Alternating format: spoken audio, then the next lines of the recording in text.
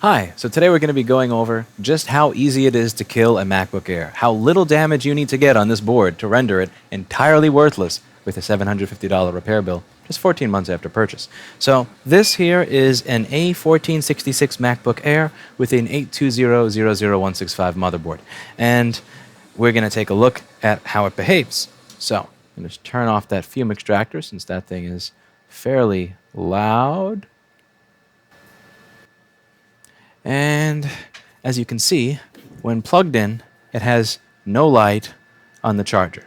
And if you want to see what it is you need to have done in order to get a light in the charger, you can watch the stream that I did yesterday on how to fix a MacBook Air that doesn't turn on, because I explained the process required to get a green light very clearly. So, if we look over this board, let's see if there's anything that looks a little bit out of place, any sort of damage that is too great. So we're going to put this under the microscope, and let's get looking.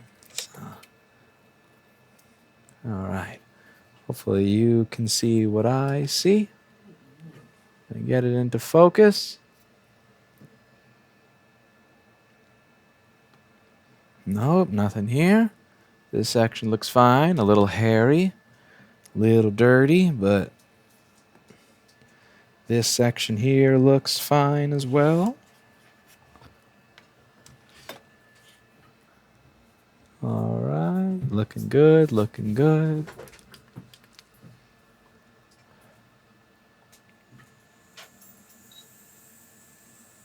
Have you seen Rewa fix an iPhone 6 by removing 2 capacitors inside the Wi-Fi chip? That's awesome.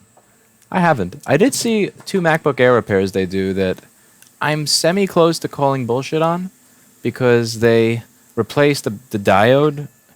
Like, how often does the diode die in a MacBook Air for the backlight? And then there was one resistor by the TPS 51980 chip that they replaced once when there was no liquid damage, and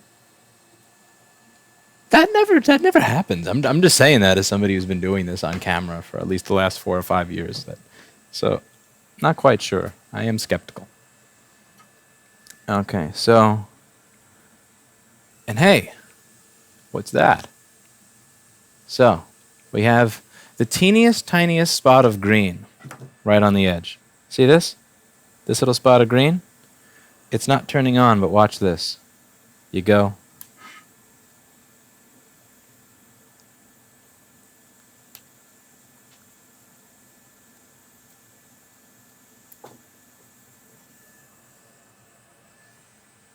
Bazinga.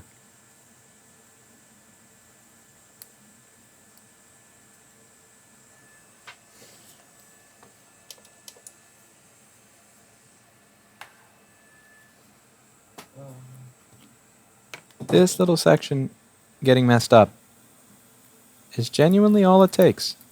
Scrape away. Scrape away.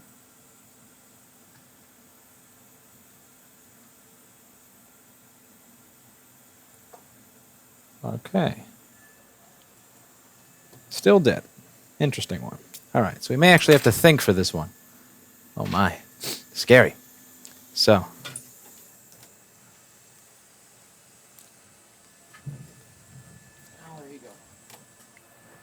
Holy crap. I wish I had the microscope attached to this.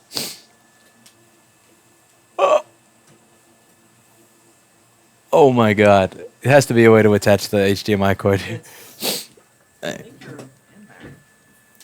So, let's take a look and see if PP3v42 is present. Magnifico. Multimeter software is not magnifico, but that works. PP Bus G3 hot.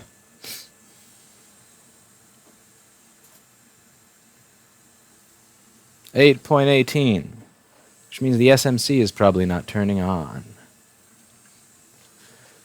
So our corroded area was over here. My favorite cap to rip off is usually C5101, which shorts SMC manual reset to ground. Let's take a look here and see if SMC reset is where it should be. So SMC reset L is going to be on pin 5 over here.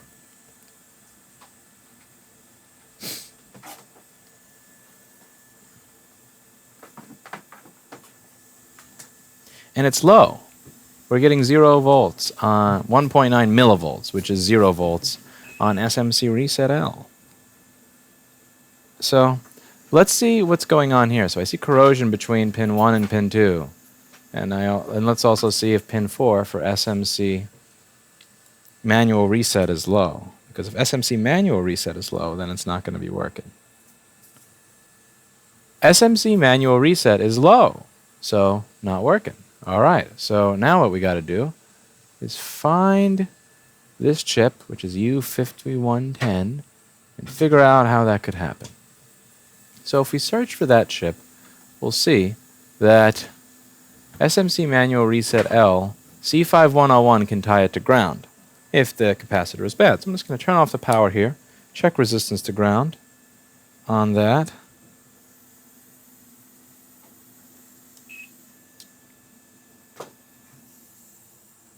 $60 ohms. Oh, 60 ohms is no good. No good at all. Twitch stream doesn't work. Yep. Sometimes Twitch just decides not to work, unfortunately. You can watch it on YouTube, though. 60.4 ohms. That's no good. So there's a good chance that that teeny tiny piece of green managed to sneak its way in there and destroy that IC.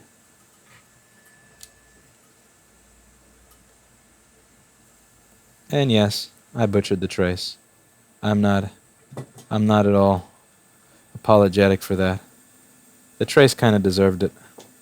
That cap goes bad so often. It doesn't deserve to be there. So, I'm going to take this thing out because I don't want to risk. Actually, I have a little metal shield here. I think we can do this with a little metal shield. But before I actually finish this, I think it will be fun to show you what it is that Paul has been working on for data recovery of one of these touch bars. Oh, here we go. I'm just going to give you a little interlude because you have to see this before we get involved with anything else.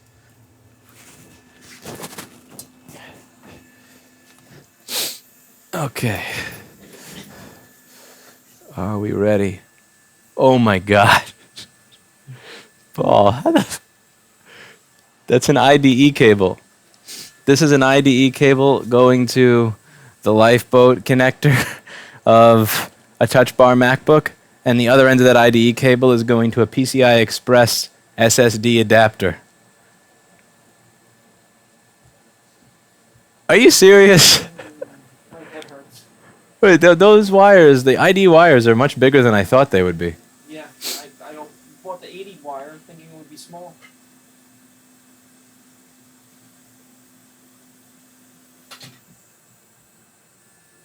So do you think that the data's going to work? It better. This better work. We really have to get a connector for that. If it's possible. If anybody out there happens to have a connector for sale that fits the lifeboat connector that has an adapter cable for the touch bar MacBook, would be much appreciated right now because this is not fun. This is not fun. I don't think it exists. I searched. Jason probably bought all of them and is going to raise the price on them.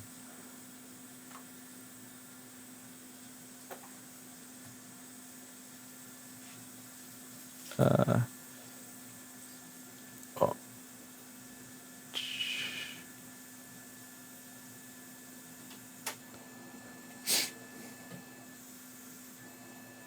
Sad. Are you ready to see if the data works? Yeah. What if you trip walking to the other side of the room while you're carrying that? And rip the two apart? Yeah, over that HDMI cord you just put on the floor. I scream very loud.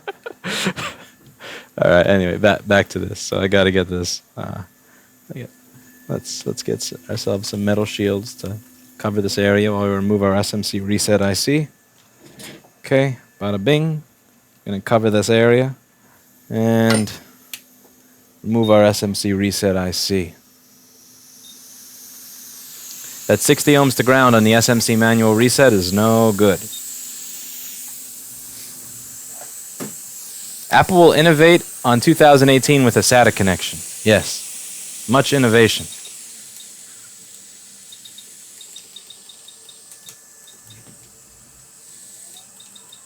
Mike Mixer says that is one impressive abortion. I think that's the right term to use for that, honestly. Okay, now, I'm not preheating the board much here because I really don't want to burn stuff that I shouldn't be burning.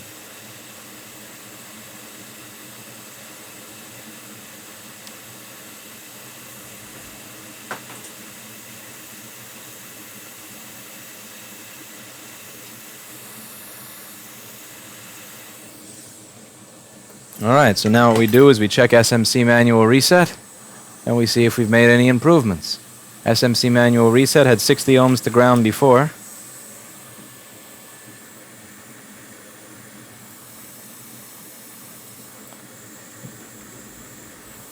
And now it appears we have infinite ohms to ground. So infinite ohms to ground is progress, I would say.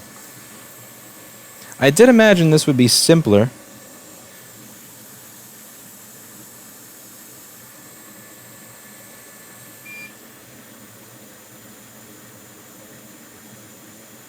I will say that 90% of the time that happens, I just flick that capacitor off and it works.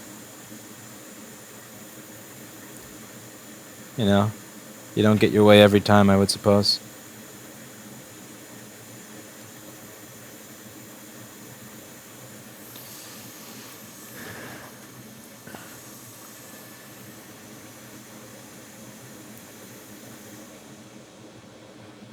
Let's see, are there pads under there anymore or no?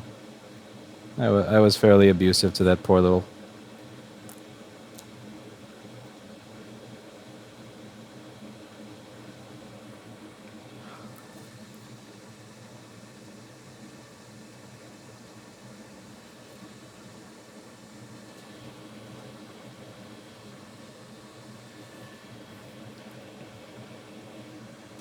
Let's see, so this is gonna go...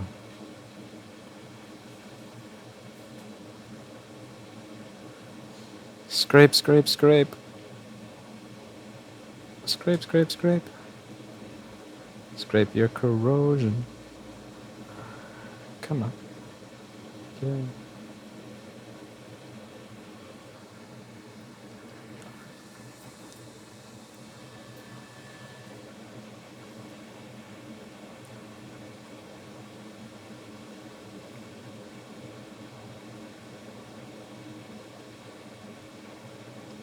I really want to see if that actually works. Are you just waiting right now because you're afraid? Kind of, yeah. And Jason's doing something on the Hackintosh, so. Oh.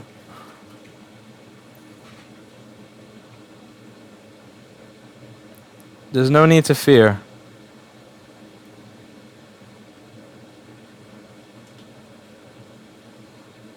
Alright, clean up that section, but beautiful. Now we see if when I plug it in I get a light. It's not going to actually work, but it would at least get a light. And we do. You can see that here. But it's not going to turn on properly because the SMC reset IC is missing. And the reason that happens is simple.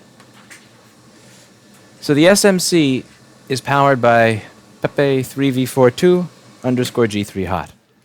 Now, if PP3V42 has any kind of fluctuation as it's first turning on, the SMC is dumb. The SMC is going to try to turn on before this has before PP3V42 has stabilized. So let's say PP3V42 is like 2 volts or 6 volts or whatever.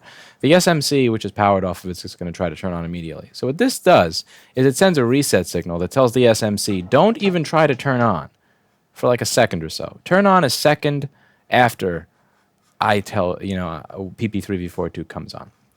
So we need this IC. So we're going to put this one back on the board, and most likely it'll work.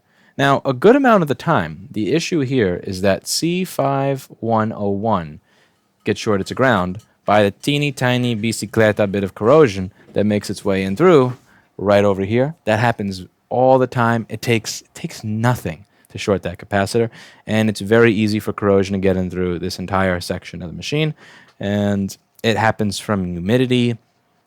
And oftentimes, I would say 99% of the time that you have that issue, you don't need to replace the SMC reset IC. 99% of the time, you're lucky enough that you could simply pop that capacitor off of the board, and bam, you have a working machine.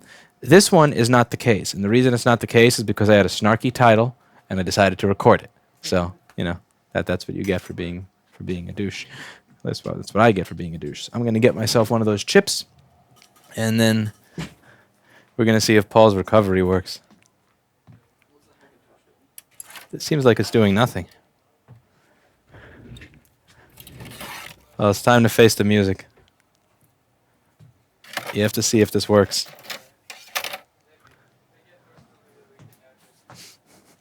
What do we say in chat? Do you think that Paul's work is going to work? I have 1 vote for yes.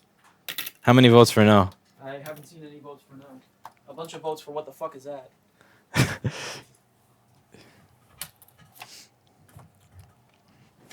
Yeah, we definitely need to get a lifeboat connector and cable. I don't think it exists. We're gonna have to patent it and make it.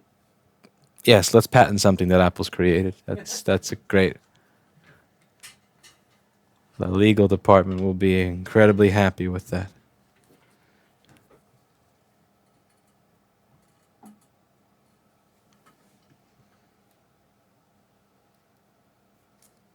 You get enjoyment from fixing these machines. I get enjoyment from the outcome. Happy customer is fun. People saving money is fun. Getting the money is fun. Figuring out the puzzle is fun.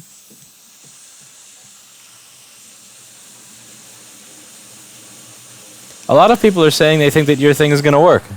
What do you think of this? Oh, it's better. I don't know if I'm missing something that needs to go to the Come on. Hey, you're booted up. Come on. I gotta shut it down. Why? Because I can't plug this into the motherboard. Oh. Okay, so face the music. How long did you spend soldering that wire? 3 hours. 3 hours. Sorry. Everybody has faith in you. They're saying you got this, Paul.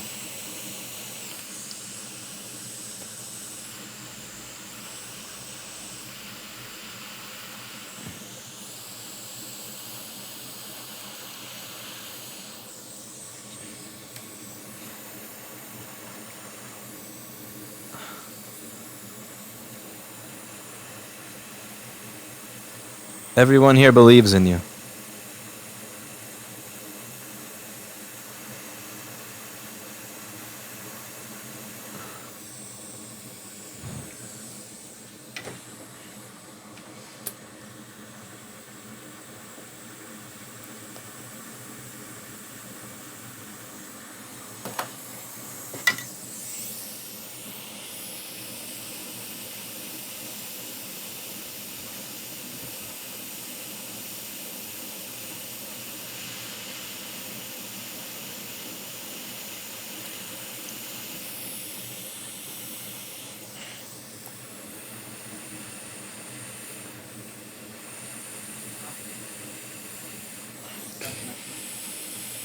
Don't trip.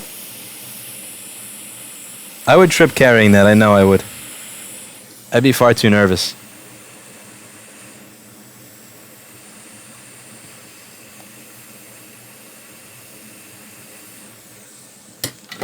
How do you think we can convince Kylie Milliken to do a $400 billion bully movie? That would be awesome. I would fund it. I think that would...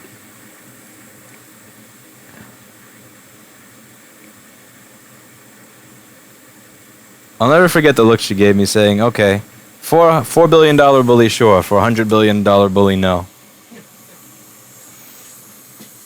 Nobody wants to go up against that?